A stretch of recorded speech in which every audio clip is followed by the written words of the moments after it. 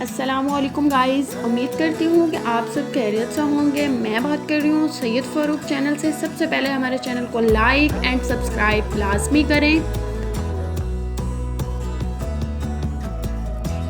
دائیں ہاتھ کی فضیلت۔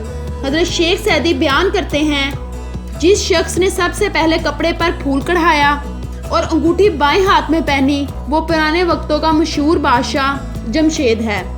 لوگوں نے اسے دریافت کیا کہ اس نے بائیں ہاتھ کو یہ فضیلت کیوں دی کہ انگوٹھی کو دائیں ہاتھ میں پہننے کی بجائے اسے بائیں ہاتھ میں پہنا۔ جمشید بادشاہ نے لوگوں سے کہا کہ دائیں ہاتھ کو اس کے دائیں ہونے کی وجہ سے فضیلت دینا کافی نہیں ہے۔ افریدون کے بادشاہ نے چین کے نقاشوں سے کہا کہ میرے خیمے کے کناروں پر کڑھائی کرو۔ اے مرد عقل مند، بروں کو اچھا بنانے کی کوشش نہ کرو کہ نیک تو ہوتے ہی اچھے اور قابل ستائش ہیں۔ حضرت شیخ سعدی اس حکایت میں بیان کرتے ہیں کہ دائیں ہاتھ کی فضیلت بہت ہے اور ہر کام شروع کرنے سے قبل دائیں ہاتھ سے شروع کرنا چاہیے۔ اللہ بھی دائیں ہاتھ سے کام کرنے کو پسند کرتا ہے۔ امید کرتی ہوں کہ آپ کو ویڈیو پسند آئی ہوگی۔ سید فاروق چینل کو لائک اینڈ سبسکرائب لازمی کریں۔ اللہ حافظ۔